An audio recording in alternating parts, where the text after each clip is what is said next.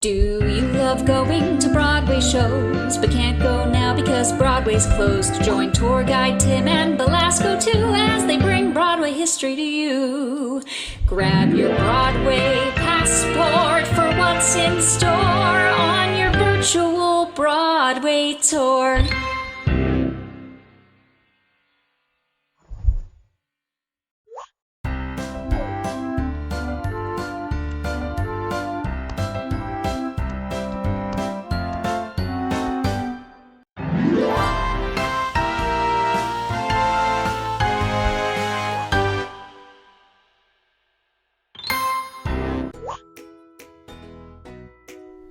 If you joined us for last week's Virtual Broadway Tour of The Ambassador, you can probably guess which was the next theater to open chronologically. Its fraternal twin, the Walter Kerr. The two theaters share many of the same genes, most notably the beautiful marquee sign, my favorite on Broadway, that is still intact from opening night in 1921. One other obvious similarity between the two theaters is the use of architect Herbert J. Krapp's diaper-patterned brick.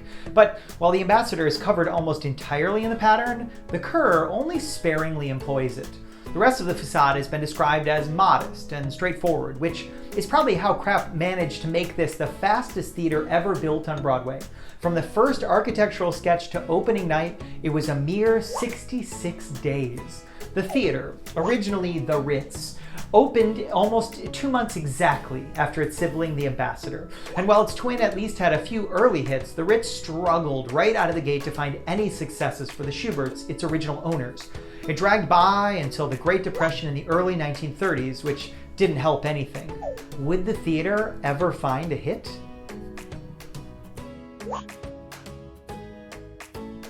In 1937, with the nation still in the grips of the Great Depression, the Ritz continued its struggle to find a lucrative tenant. Enter the Federal Theater Project. Established as part of the Works Project Administration, the project aimed to put hungry actors back to work in uncensored productions subsidized by the government.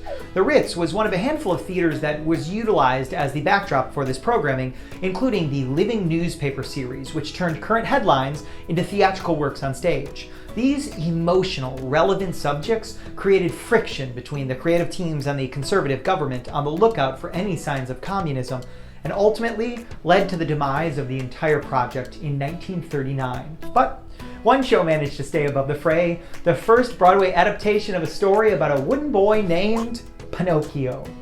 This production involved lots of whimsical designs and sets, and audiences fell in love. When the production toured through Los Angeles, one artist and his colleagues attended 8 performances throughout the run. His name? You guessed it, Walt Disney. And as next cartoon feature announced shortly after their visit was Pinocchio, of course.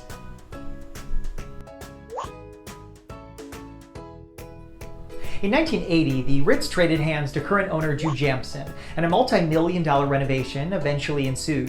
When the dust settled in 1989, a new name adorned the marquee: Walter Kerr. A Pulitzer Prize-winning critic, Kerr was the powerful pen at the New York Times for 17 years, providing criticism for hundreds of shows.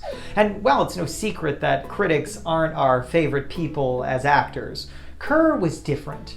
In addition to his role as critic, he was also a writer, having written a handful of Broadway shows, and was a director as well. In addition, his wife Jean, whom he often wrote with, was a positive influence on his criticism.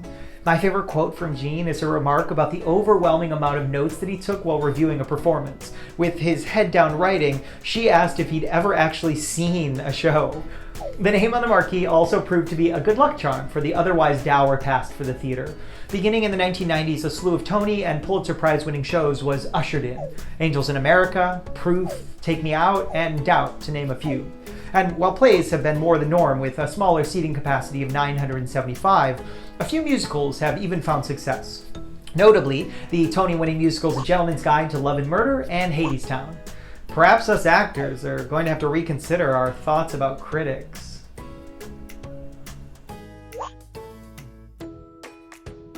While the Walter Kerr has had a hit-and-miss track record, it is still seen its fair share of celebrated names up on the marquee.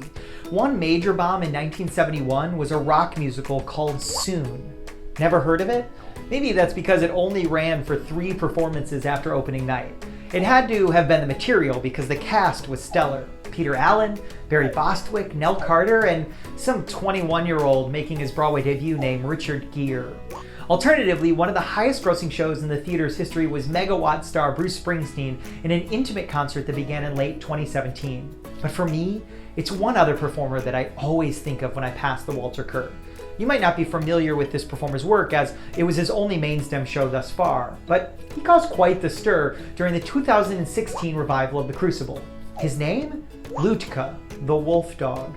Director Ivo Van Hove wanted an actual wolf to appear at the top of Act 2 for a hair-raising moment, but learned that wolves in captivity are illegal in New York. Enter Broadway dog trainer extraordinaire Bill Berloni. Bill was able to track down Lutka, a rare breed of dog called a Tamaskin, known for their wolf-like appearance, and after a quick 6-week training period, he hit center stage. Honestly, who needs Richard Gere when you have Lutka? Hello. Happy Saturday noon on Broadway, live here from New York City as part of our Virtual Broadway Tour Series. My name is Tim Dolan. Welcome. Thank you for joining us on this beautiful, sunny, but 40-degree, cold, basically winter day in New York City. Every week, we're coming to you live as part of our Virtual Broadway Tour Series with someone who has worked at the theater we featured that week. And this week, we are joined by the incredible and the coolest person you'll ever meet, Kay Trinidad from Hadestown at the Walter Kerr Theater. For those that aren't familiar with me or Broadway Up Close, where have you been for 18 weeks? No, I'm just kidding. Hi. If you're joining us for the first time, that's okay. My name is Tim. My dog's sleeping next to me. His name is Belasco. He's named after my favorite Broadway theater. Welcome to my Saturday life. I own a company called Broadway Up Close in New York City, where we do tours of the theater district, history, ghost stories, all the things you didn't know that you really want to know about the 41 Broadway theaters. We have 5 exterior tours that take you throughout all of the different theaters with photos and weird fun facts. We also have an interior tour. We opened in October of the oldest Broadway theater, which is the Hudson. It's been there since 1903. So in October, we started doing those tours, taking you inside all the nooks and crannies of truly the oldest building on Broadway. All of that is shut down. The interior tours are shut down. Our in-person tours, we're masked, we're socially distanced. All of that is back open. So you should join us if you're in the New York City area. It's safe, it's fun, and we have a good time. I opened a gift shop a year ago in the middle of Times Square because I thought, why not open a gift shop and open a brick and mortar retail store in the middle of Times Square? That'll be so easy. And so I opened that. Thankfully, it has gone well. We built a 6-foot tall Broadway sign with 150 light bulbs that spells out my favorite word, Broadway. So that all of that is closed, but all of that has been moved online. So if you're interested in merchandise and all that, we'll talk about that at the end. I'll have links and all of that kind of fun stuff. I have a sneak peek of something we just launched and some new stuff coming up. So I hope you'll stay for that at the end. You shouldn't look at any of that on our website until we're done talking with Kay. And then you should spend the rest of your Saturday giving me all of your money and doing things on my website. March 12th, 2020, the day that we all love so much. One usher tests positive for coronavirus. And then within moments, every Broadway show is closed.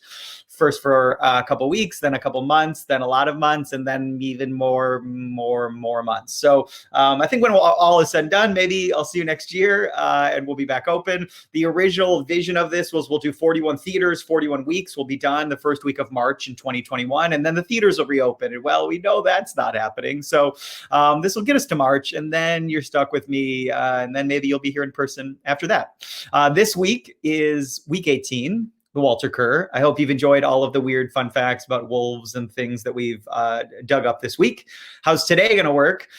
For today's series, we'll talk about Kay's theatrical journey, her time working at the Walter Kerr on this little show that I'm sure you've heard of called Hadestown. She's one of the fates, which we'll talk all about. She's insane. It's wild. It's awesome.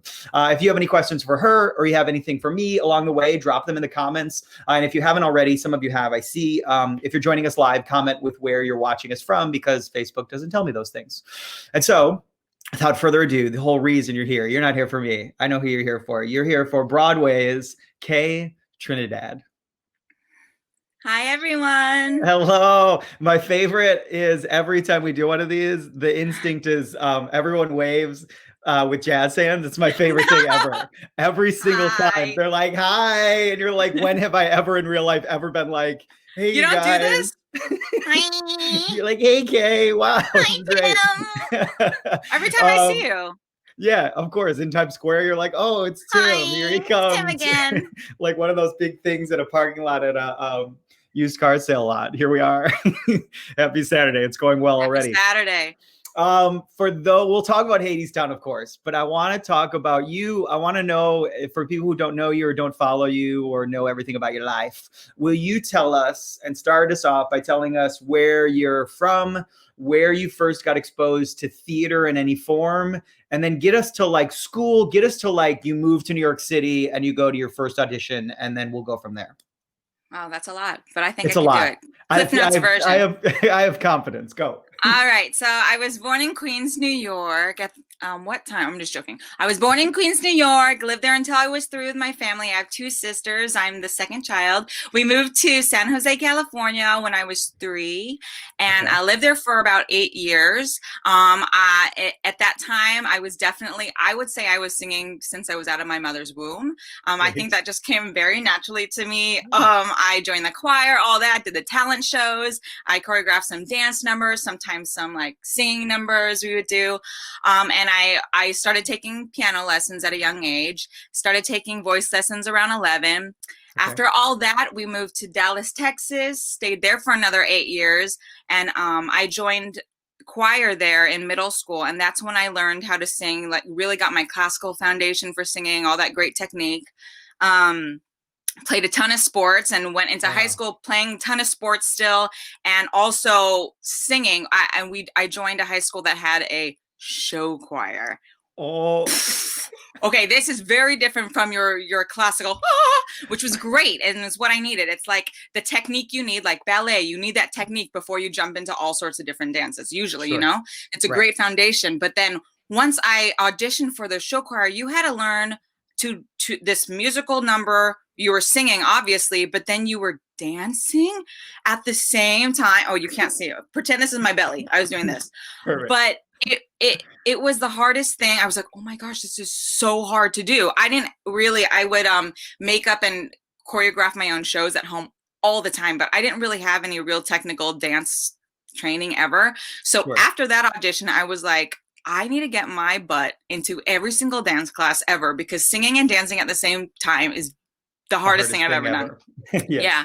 So I started show choir, getting into all of that. So I honestly thought, oh, I'm a singer. This is all I'm going to do. Like, I'm going to sing. I'm not going to, I don't even know why I thought this. I'm not going to do monologues and this acting stuff. What is this? I'm just going to sing. I'm going to just sing. I don't know what that means, but that's what I thought. Sure. So by the time I was a junior in high school, I had to pick between, I was still heavily in sports. I actually thought I was going to get what sports? Like every sport ever? Are you just like talented at all the things? I played volleyball. I was a defensive specialist and actually a hitter. I'm very short, but I'm a very high jumper. I high jumped in track and field and a sprinter in track and field. I played basketball as a point guard, but I had to pick around, I think it was my junior year, whether or not to continue sports. I thought I was going to get a scholarship for volleyball, actually. That was my goal. But then obviously I picked performing. And I stuck with it. I ended up going to NYU's Tisch School of the Arts, the Lee Strasberg Institute of Film and Television. Love it. It's method acting. So I just really felt at home. And I never had a real, another part of my training aspect I didn't have was a really good acting foundation. Didn't have that. So I was really excited to really focus on that and study at Tisch there.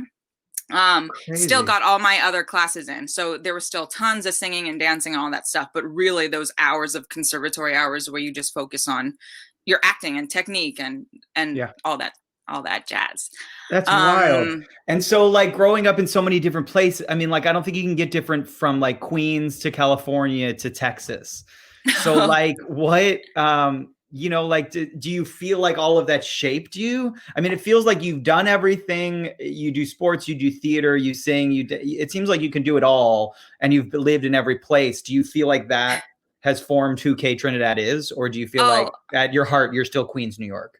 No, I absolutely believe everywhere that you go and the people you meet and the atmosphere that you are in and the people that surround you really help create who you are as a person. So I'm grateful for every single step and every different place I've been, but has definitely been an influence in in who I am today, especially if you think about it, like all your teachers, all the training I got, all the teachers, all the people who have influenced me, whether it's my friends who are learning all these cool skills with me, and, you know, we're learning from everybody. So yes, everything and all those moves have influenced me. I think also I know I took the moves better than my older sister. I also moved like from 5th grade to 6th grade, you know, is different from, she moved from like, what was it for her? 6th grade to 8th grade. That's hard. That transition, but it also, acting wise, actor wise, performer wise, I think it helped with my adaptability. But I think that was also in me. Like I was always excited to go somewhere new, and crazy. Yeah, I love that. Okay, so then you get to New York, you graduate from Tisch, you're very fancy, you're like, I'm crushing it. So and then, and then what? You start auditioning? Do you book stuff right away? It takes you a minute to find your niche? What happens? Yes. So back then when there were newspapers, do you young ones here know what a newspaper is? Black and white headshots, newspapers. Black and white headshots. I don't even think I had headshots yet. Maybe. No, I hadn't yet. I was like, that was in the works. But I was always checking. You all know, I'm sure, backstage.com, where they list all the casting calls. I had that in newspaper form, believe it or not. And during school, I'd always just peruse all of the casting notices. I didn't care what the breakdown said. Caucasian only. Is like, I'm going in. I would go in for absolutely anything, because I wanted just the casting people to see me and just be. And you know, nowadays I love how it's becoming more diversified, and it's not so like whitewashed and stuff, you know. But there's more. Don't be sorry. Yeah.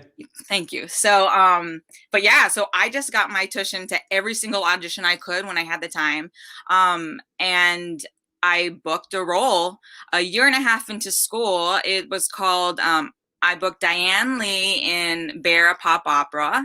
Has a little cult following, that little show. Yes. Oh my gosh. Yeah. So I was so pumped. My parents have been so supportive with my journey, and I cannot believe it. I mean, I do believe it. They're awesome. But think about your parents saying, okay, you can leave school for this. You can leave college. My parents had me call my old drama teacher, my high school musical theater teacher, Peg Waldschmidt, Texas. Amazing. You're amazing. I love you. Shout out to Peg. Shout out to Peg. Gave me like so many skills that helped me get into the real world. So she's amazing. But yeah, we had to call her, and my dad said, Peg, should Kay go and leave college to do the show? She gets her equity card. Like, is this the smart thing to do? Should she go? And she was like, yes, she's going. She should go. And so with Dad got her blessing, I got Mom and Dad's blessing. And so I left school. And this is Michael Arden off Broadway. Yes, New World Stages, first time. Oh my gosh. I can't remember. I forgot you did this. This is It was actually the American Theater of Actors. We were supposed to then transfer to New World Stages, which was then called Dodger Stages. Yep. And this is my first taste of what the real business was like. So this is my first real job as a professional. Yeah. I got my equity card. And then so we're transferring to Dodger Stages, which is now known as New World Stages. Mm-hmm. And then I kept getting the call that rehearsals were being pushed back. And then eventually got the call that financial backing fell through, and we won't get into the yucks of all that, but and I was without a job, and I was like, oh, so this is what I have. I'm not in college. This is what happens. This is the business. It's just like up and down, up and down, up and down. But and you have left NYU. Like you were like, I'm going to do this job. I'm done with school. I was on a leave of absence. They don't love you NYU, but they don't love their kids to audition because every school. They leave. Of course. Every school's like, you can't audition for that thing down the block, and you're like, can I really not? Yeah. But yes, I was planning to go back, and I wanted to go back to school. So I ended up, I think I did some gigs in between, but then I planned to go back to get what is a business degree? MBA. So I wanted to mix it up. I was like, I'm doing already living through life experiences theater, and I can train all over. So let's just, it's not a backup plan, but it was a backup plan. So I went to, I think it was the University of Phoenix online, started taking their classes, but in Jersey, where they actually have the classes there. Okay. Took my first course, and at the end of that course, I had to leave for another show. So it was the same thing happening over and over. But what was so awesome is I think I was writing about me leaving NYU and my career and stuff. And my professor was like, "Kay, I saw you in the show. How cool was that?" He's like, "Oh, how cool." And so he was so supportive, and starstruck. I don't know. You were like a celebrity in his eyes. I'm sure. It was just That's so incredible. cool that he understood and was part of that journey. What a small world. It always is a small world, folks. Always. Yeah. So that happened. And so I guess going back to school wasn't in the books for me. Yeah. And the cards, that's the phrase. I mix up phrases all the time, so please call me out. Can't judge a book by its card.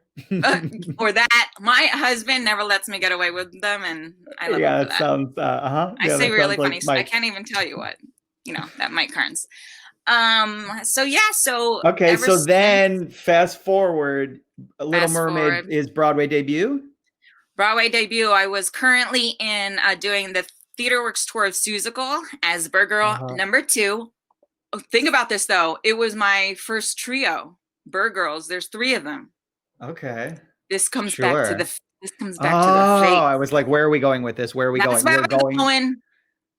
You get it. You get it. I'm but cool. But so I left Seussical. I flew for, I think it was a day trip. So I flew in. I was so sick. I flew into New York for this. It was already the final callback, so it was like the only day I could go. And I think I was off from the show, and just did everything that day. Even tried on Heelys at the end of the day. So I made it through so many cuts, and they let people go. It's scary. You know how it goes. You go through so many cuts and auditions. You sing your own repertoire. I think I sang 3 different songs. Then they give you a whole packet, which I did not have until that day. Wow. Right. But that happens. So be prepared. Be a great sight reader and learn to read musical. Cold read. All that stuff is great. So got that packet of music, learned that stuff. They brought me in, sang it, all that stuff. And then you go back in and then choreography, learn that stuff. And then after that, and there are cuts in between, right? And then after that, there are just a handful of us. And then they had these 2 huge boxes of Heelys. Heelys are, I hope everyone knows what Heelys are. I feel like they know them better than we do. Yes. Probably. But they're those, they look like sneakers, but in the back, there's a heel that comes out, a wheel that comes out of the heel. And then you just skate around on the heels. And it's the weirdest feeling. They teach you by saying you have to be pigeon toes. So not like this, but like turned inwards. Oh, yeah. Your toes are turned inwards, and you have to lift your toes. It's strange. It's a very strange feeling. But then it felt like second nature once, which is weird. Added to your special skills. It's definitely on my special skills. Yeah. But yeah, those 2 big boxes of Heelys were out there waiting for us, found your size, and then you went into the room and they were like, wanted to if you can make it across the room without falling, you book Broadway. And you were like, I got pretty close. They wanted to see how well you took to them. So, and you were like easy. Volleyball, point guard. You're like, Heelys, duh. It was fun. But I know I did not look great on them. No one, I don't think anyone did. No, like putting those on for the first time, it's like, it's the weirdest feeling. So crazy. Okay, so then you book it, you in Heelys, you're at the One Fun 10 Broadway debut. Do you remember the first performance on Broadway? Do you remember your first Broadway audience? I'm sure I wanted to cry. There are so many moments, but yeah, it was just so. There were so many times I just couldn't believe, oh my gosh, I'm here. And I still, when we're performing in Hadestown and I'm up there, I always make sure to be like, this is not normal. Just take it in and be super grateful, because this is. It's a big blessing. Yeah. So let's fast forward to that, because it's so good. And I feel like there's so much we can say about the show and the new album and stuff coming out. So let's talk about how did you get involved with it? How early were you involved? And then let's talk about the wild ride that is Hadestown. Yeah. So I actually joined the cast as part of the original Broadway cast. So that was my first involvement with it. Okay. My husband, who owns a social media company, right? He runs a lot of social media for theater. I got to see the show in Canada when it was out in Canada, and I also saw it in London because he ran the social, and he Oh, was crazy. and he was also like looking and wanted to see if he was interested producing wise too, and just wanted to keep his eye on it. Yeah. So I was spoiled that way, just being able to see it. But for me, it didn't really click for me that I wanted to be one of the Fates until I saw it in London, where Rachel worked her magic, and the show was so tight, and it was just, I think it really came together there. Yeah. Okay. And for me, I was like, I remember going, I want to be one of them, and just put that out there. Yeah, of course. Yeah. And then so it changes so much from thing to thing. And can you recognize in the moments, like, what's the secret sauce in that London performance of you seeing that makes you go, oh, that I could do that, and I could do that really well, and I have to make this happen? Was there a registered moments? Like, what's different between when you saw it before and you saw it in London? I think just for me, I think the entire production as a whole really, I already knew the music was epic and moving and beautiful, like without, we know this. But as when you see something that really resonates with you, and then it's just so well done, it's just something that takes you to another level. And I just knew, like, oh my gosh, and I definitely want to be, I don't know, it just really clicked with me. And it was something about the Fates. I was like, I know I could be one of them. So it was just, when you connect with a role, when you connect with something, it for yourself. So that was a moment for me when I knew. Yeah, and I think there's really something to be said about watching a performer who's doing one of those roles, where there's just, to me, it always seems like there's a little bit of extra magic when someone is like, I know I can kill this, and then they book it, and then they get the opportunity to do it, and then it's magical. And then it runs, and then it's a show that, like, runs for longer than 4 weeks. And then you get to watch them kind of settle into it. Okay, so then you're like, I'm going to be in that. This is going to be great. You get an audition for it? Yes, so I've worked with Rachel before during this new show that's being developed called Lempicka. Beautiful. Yeah. And so that was the first time I was really able to work with Rachel. Love her. She's everything you wish a director would be. Love, love, love. And then we were working on a lab that fall-ish of Lempicka while auditions for Hadestown were happening. And I only got in because of her. I go, Rachel, I can't get in. Will you get... I was like, my agents can't get me in. Rachel, can you get me seen? So she got me in to get a slot. And since we were juggling this it was a lot, just rehearsals for this Lempicka presentation in the first place, this lab, and the auditions were happening at the same time. So she even got there were a handful of us in the Lempicka lab cast that wanted to get in for Hadestown. And she actually was amazing and moved times around and made slots for us so we could be seen. Wow. So we were juggling all of that at the same time. Yeah. Got a huge pack of music, learned it all. As you do. Yeah, as you do. And you play an instrument in the show? Yes, I am a percussionist in it. I play the tambourine. And had you played the tambourine before? You learned it this? Maybe in spelling bee, Marcy might have hit a beat or two. But no, for this audition, listen, you are most confident when you are most prepared. So I YouTubed. Oh, I also have a cousin who's an amazing percussionist and an instructor in Texas. So I hit him up. I was like, will you teach me something? I know, right? Would you teach me something? But then I looked up something on YouTube, and it's so funny. The guy I found, I think he found the same guy. I think it's the only guy when I looked up. I should know his name, but I don't. But anyways, wow. I learned these really cool rhythms. I didn't even know a tambourine could make those sounds, like that many sounds. Like I was like, oh, wow. So I made up a cool 16-bar cut of some performance I was going to do. Just rhythmic performance. Who are you? And then you came in and you were like, did you guys know? And they were like, sign here, you win. That's really funny because I wish I had that story, but I always make fun when I go in to sing finally for the music director, Liam Robinson, whom I love. He had me sing and he's like, okay, thanks. I was like, oh, you don't want me to play my tambourine?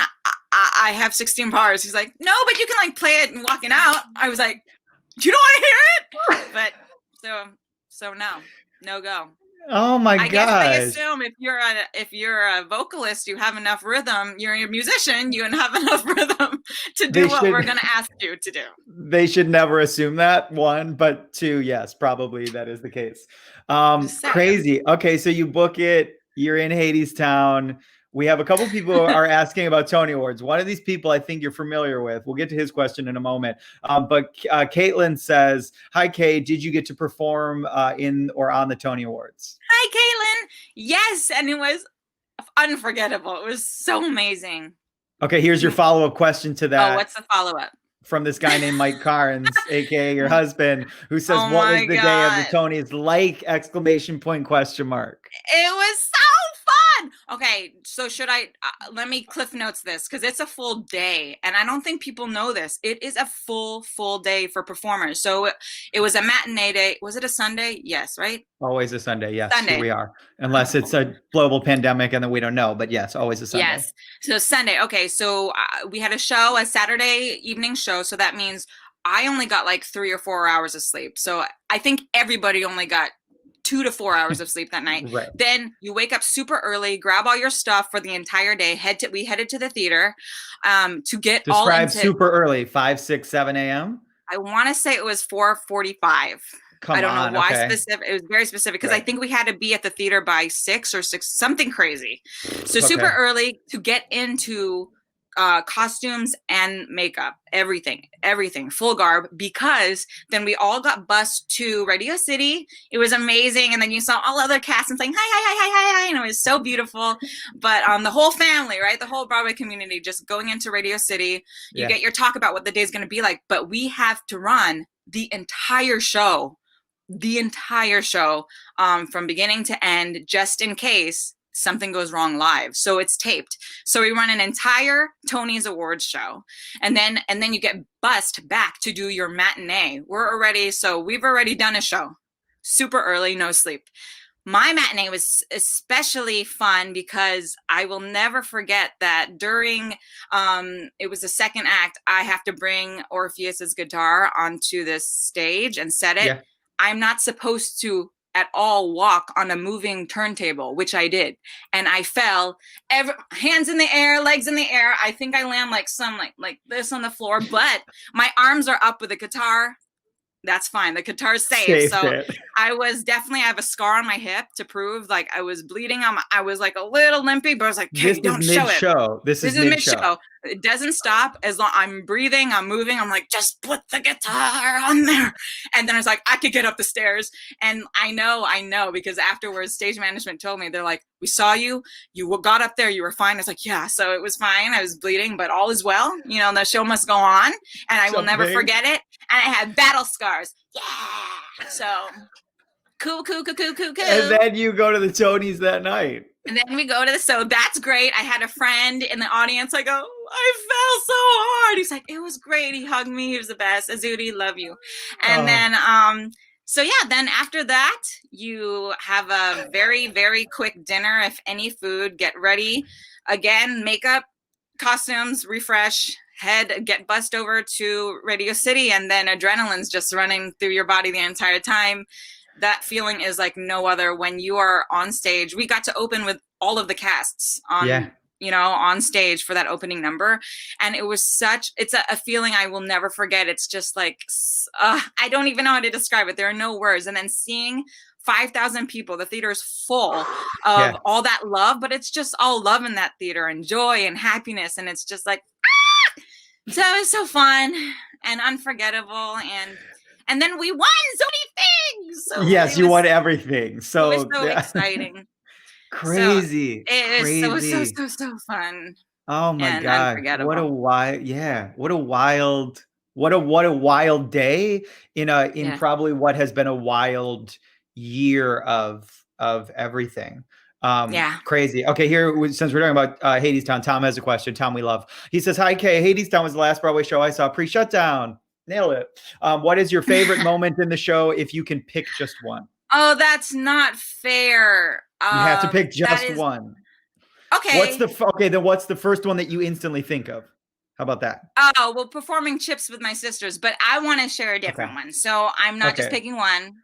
because Okay. you can't We'll shut let me up you. right now. Tom, you can't Correct. shut There's me up. nothing I can do. But there's also the moment where, well, I don't want to give anything away, but there's this moment where We'll do spoiler. I feel like everyone is knows this. I think we're allowed to spoiler. there's just a moment in the show where Hades and Persephone finally have this realization of their love for each other again, and it's epic 3, like the instrumental. I know that was so specific, but it just always makes me want to cry, and I'm like, hey, this is not in your character to cry right now, but it's so beautiful. But I just like joyously play my bells, bing, and they're dancing and just trying not to cry. But it's such a beautiful moment that I cherish every single night. Just the music swelling and just what the moment is, and it's just beautiful, and makes my heart sing. So I love that. You have, needless to say, a lot of fans. Did you think that the show would garner such an intense, passionate following? And have there been surprises in that of how people have responded to the show and to just everything about it? I think when we were just in rehearsals alone before we even shared the show with the world, we knew and I don't know if we were biased because we're in it and it's so special, but we knew we had something special. We knew Aeneas wrote something amazing that moved us while we were on stage. So it was good for us to be able to get acclimated so we weren't bawling every night. Yeah. But so I'm not surprised that it garnered the kind of love and fan base that it has. And because I think especially this show, you're in it, the performers are on stage are with you in the audience. We're all in this moment together, this story together. And I think that's what's so special about this show. Yeah. So I'm not surprised that it has the following it has garnered, but I'm also like, we wouldn't be here without you guys too. And it's such a communal experience that it makes sense. Yeah. Okay. Sure. Walter Kerr Theater, since that's the theater we've been talking about all week, is there any quirks of the building or anything that sticks out in your brain that is something you attach to working specifically at the Walter Kerr? Well, in our dressing room, the Walter Kerr's tiny, okay? So all our dressing rooms, literally, you just have to go all the way up the stairs. Thankfully, we're on the second floor with Andre. So the Fates and Andre on the second floor, so we don't have to go that high. What's funny is that since it is it's a New York City building, right? So when we have a beautiful window in our dressing room, it doesn't open. And if it did, it would open to the alleyway where there's garbage. So perfect. That's really funny. But also we have a cool balcony that overlooks, if you go on, I think it's the 3rd floor. I don't even know. You can enter the balcony that's on top of the main entrance of the theater for audience to come in. Yeah, above the stage door and all of that.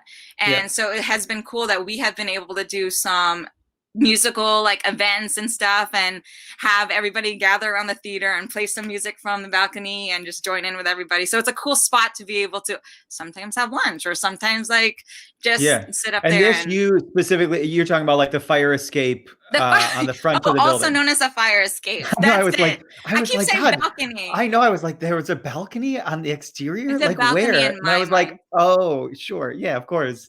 You're like, Teodoro Antone. We call that a fire escape is what that's called in New York City. Escape. Herbert J. Crabb, who built the building, he had a lot of trouble with fire escapes. A lot of times he didn't know where to put them.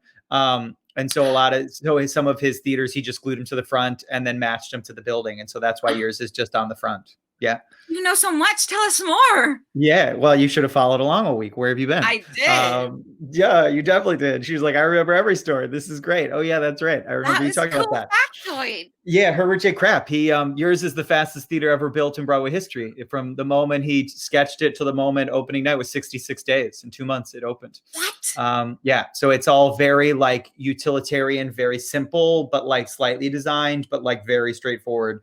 And that's the first time I've ever heard anyone call it a balcony, and that's the best thing I've ever heard in my life. It was like, I was like, the balcony, sure. Okay, Leslie is a question that I don't understand. So maybe you'll understand it. I don't know. We'll see. Leslie Romero, she says, tell us about the significance of. Okay, you know her. Okay, great. That's my cousin. Oh, what up, cuz? Tell us about the significance of Pua in your Hadestown pics on Instagram. I don't know what that means. Yeah. Pua is the pig from Moana. Oh, That's sure. the Pua she's talking about. But I have a huge one that my husband so lovingly. So one day I'm sure we were not even open yet. He came to visit, but I guess I didn't know he was in the building yet. And then Eva knocks on the door and she goes, I think this is for you. We open the door and there's this huge stuffed pig outside Pua. And so he's become the Fates mascot and lives in the dressing room. And even our dresser, Lisa, who's amazing, made Pua a Fates costume. Pua is dressed as a pig now. Oh, yes. You can see Pua online. Yes. So Pua lives in the theater with us and does everything with us, and so it's very special. And he's a special part of the fam. I love that. The more you know. I don't know what this means, but you will. And you have a cool husband. You should keep him around. He's pretty great. Okay, let's talk about, I like this question. This is from Chubby Walrus on Instagram. We touched a little bit about whitewashing or diversity and all of that. So do you feel like there has to be more diversity in theater, or are we on the perfect level? Chubby Walrus says. I think it's a good question. I think specifically your show is between ages, between ethnicities, between skill sets and talents. I mean, your show really is a catch-all for like every beautiful type of human that brings their own stuff. So using that as, do you feel that Hadestown is a good example of where we should be going, or do you think there's more work to do? Answer all of that. Yeah, Hadestown has done a beautiful job of diversifying theater, but in a way that it's not just because of it's obviously not because of how you look. So it's not based on that at all. So yes, I think we have just begun, and I think we have a long way to go. But, looking on the positive side, Hadestown has done an amazing job, and I think we can do more work towards that. I mean, it was even difficult for me being in The Little Mermaid, and people always going, oh, well, they non-traditional cast. Well, yes, King Triton is our father, and he's Black, and then there's all of us sisters. There's Black people, white people, and then there's me. But there should be more of not just Black and white people, but like more of other colors. There's more colors too, know. So, and I was literally the only other ethnicity outside of that. So I think we really need to keep doing that at a bigger level for everybody, because I think more people should see themselves on stage.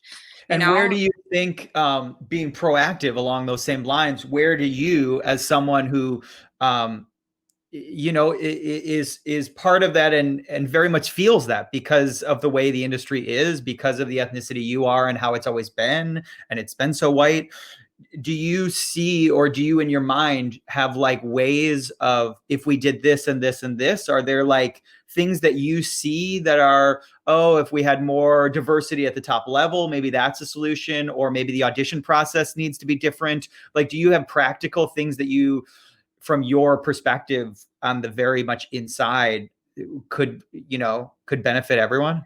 I mean, that's a great question. I think those two things you already just stated would benefit everybody. Just diversifying all around, from not just people on stage, but in the entire theater industry. I think in the world we have a lot to do. We have a lot of work to do there. So I think that's really the bigger picture and the problem. So Okay, so along those same lines, Jeeves Maldone on Instagram says, what do you imagine the future of live theater will look like? So let's talk about post things reopening, and so let's do like the realistic take, how you think it's going to be, and then what you hope the future of live theater will be.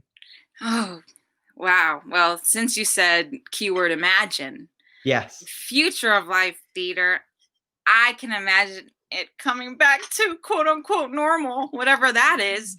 But also I think we'll all be much proactive in cleanliness and disinfecting, and I think you'll be seeing a lot more people wearing masks. I think masks make a lot more sense to us now. Like, I know I will remember seeing a lot of people in the audience, like 1 or 2 people with masks, and you never know. Like, now we understand the function of masks. It's not to protect necessarily themselves at all. They're helping you. So whoever's wearing a mask is helping you from contracting anything. So I think we'll see a lot more of that. Mhm. And people embracing and understanding really how masks work and that they help other people. And it's not about just the self, not just Yeah. about yourself, which is a beautiful thing. Yeah. And yeah, maybe, I mean, I honestly, I don't know. I think we all don't know, but Yeah. we will be back and it will be beautiful and amazing. It's just. And have you been able to find any joy or any silver linings of all of the insanity of our lives for the past 8 months? Oh, absolutely. I mean, you know, being on Broadway is such a blessing, so grateful, but it is 8 shows a week. And I probably have seen my sister Fates more than I saw my husband. So I'm taking this time right now to really take in life, just really take in every moment. I mean, I did then too, but I'm saying this different life where I have more time to spend with family and do things that we normally wouldn't be able to do if I was doing the show and he was in the office all day. So yeah, just taking everything, but I'm still doing a lot of what do you call it, artistic things here, but it's all, as I'm sure you know, obviously we're doing this is all online. So still doing a lot of performances. I've done full-on shows that have been produced into a video series. It's actually premiering this weekend. So What's that? Where should we find that? It's called Look For Me. I Okay. think it's like an invite only, but it's called Look For Me. Look it up. And no, I think it's open to everybody, but Okay. it's a message about trauma and how to deal with trauma, and it's really informative for people and really hopefully helps people who have issues with that. So Okay. And then on the heels of that, I know you're doing there's a holiday Fates album that's coming out, which sounds incredible. And so along those lines, Caitlin Elizabeth says, "How has quarantine been?" Which she answered, but then she also said, "Have you been able to stay in touch with the cast?" Is the end of that? Oh yeah, we have our Hadestown town halls where we are all updating and, you know, see each other's faces and love on each other that way. But we have been very grateful to be able to see each other in person, masked and social distanced, but because we just recorded a holiday album, and thankfully everybody, the entire cast has been able to participate in it. So it's really awesome. Wow. It's called If the Fates Allow. So it's yes. It's a holiday album. We're really excited, and it was a brainchild of Yvette, one of my sister Fates, and we actually wanted to do this last year, but we had no time, and like when we thought of it, there was not enough time to actually get it rolling. And it was really, we were only thinking like an EP or just like four songs, and just that'll be it. But this is a 14-song album. What? Yes, we're so excited. The band sounds amazing. The arrangements are amazing. Everything. I just can't gush enough about it. My heart is so full that we've been doing that. Yeah. And when does that drop? It drops November 20th, but you can pre-order on BroadwayRecords.com. I love that. Nice plug. It drops digitally though on the 20th as well. So if you don't want a hard copy with liner notes and all of that. Yeah. Liner notes, yes. Yeah. Don't judge a book by its liner notes. How did you know that? I was going to say because I'm a genius. You are a genius. I was like, I'm a do you know what liner notes are? But yeah, remember those? I was like, in my mind, I said liner notes and was like, do they do those anymore? I was that kid who was like, oh, good, they put all the lyrics in the liner notes. Now I can follow along with Footloose. That's how I learned all the music. Yeah. Yeah. Playing it on your cassette tape and then rewinding and writing down the lyrics and rewinding and hashtag. Yeah, and rewinding, replay. Kids will never know. They will never know how good they have it. CDs, and then not even CDs, digital. Okay, so we're going to do all of those things. You are an absolute joy. I think that anyone who's met you, that's not a surprise, but I'm glad you could bring a little bit of your fire and light and joy to us on this Saturday. How should we Instagram? Is that the best way if we want to like know all things Kay Trinidad? We can follow you on Instagram. You can. I think I have it. Okay, good. Because I was about to. Yeah, that looks right. Go. Yeah, I think I spelled it right. Kay Trinidad Carnes, nailed it. So follow along. She is lovely. She's wonderful. She has a husband who's ruling the world also. So hashtag power couple taking over the Broadway world. You guys are awesome. Thank you for joining us. Congratulations on everything and the success. And I know that the upcoming album with liner notes is also going to be a success. So congratulations on that. I'm glad you guys are staying sane during all of this. And soon enough, we'll be back in Times Square waving at each other from across the block like this. How we do. Hey, yay! Soon enough, it'll be back to normal. And then, it'll be like this all never happened. Yeah. So thank you. I really appreciate it. And I hope you have the rest of your Saturdays lovely. You too. Thank you for having me. Thank you, everyone watching. Bye, Kay. See ya. Every time. It is my favorite thing. Every time. I just today realized that we do this every time, and I've never done that in life. But here we are every Saturday with our weird lives. She is, you can see she's really grounded. She's really real. She's really honest. And then you throw on the talent and it's like game over. And so you can see why someone like Kay Trinidad would, come in, take over the world, be involved with this huge musical. And so I hope you've gotten to see a little bit of her spark, a little bit of her light today, because it is a magical, hopeful, joyous, very talented light. So I'm glad she could join us. Okay, yesterday we launched, you guys got the sneak peek, so this is like old news to you, but we launched officially our Broadway Theaters, our Weird as Shit keychains. I'm hand painting all of them, so I have paint all over my hands because I'm insane and I want to make them as custom and handmade as possible. That's why I'm insane, but it also makes for a great product, and I hope you love it. So you can order those. Those are on our website. I'm sure I have a link to our website somewhere around here. Here it is. Everything online, www.broadwayupclose.com/souvenirs if you want that. If you want to follow us on social media for the rest of our Virtual Broadway Tour Series, of course, is on Instagram at Broadway Up Close. You're already here on Facebook, so you should scroll up and you should hit like. YouTube, every Sunday, we take the entire week and we put it on Sunday. So that's on our YouTube channel, which you should subscribe and get all of those because it's great. And then coming up, we have... we've already launched this before, but we sold out, and I finally am making them. This is what I'm doing with my life. I'm making all of your ornaments as if I don't have enough things going on. So I spent the entire last night watching the stream of What the Constitution Means to Me on Amazon Prime, which if you haven't seen it is so good. I had seen it live and wanted to see it again. So I watched that and then glued together a million ornaments. So those will be relaunched this week, back in stock. I have, I think, 70 of them that I've handmade that I think will go pretty quick. So we'll put out announcements of when we'll release them. And this is the only thing in my life that I think you should probably jump on because I think they're going to go very quickly. The Broadway paper crane project that we launched last week. What I didn't know is you guys were going to theme everything perfectly to my life. So someone submitted one, Yosh, submitted one with all the lyrics and a libretto page from Hadestown of all shows. And so here is that, as well as we got a couple others that are my favorites. Charlie and the Chocolate Factory playbill into a little crane, and then beautiful pattern paper Maria made in show themed. I think this was for Jagged Little Pill or Wicked. I can't remember, but sure. So if you haven't made a crane, send those out into the world with a little message. The hope that you're sending out to my world alone has been magical and very emotional, weirdly emotional. So thank you for that. Thank you. We are 41 cranes into 1,000. So we're about 5% of the way there.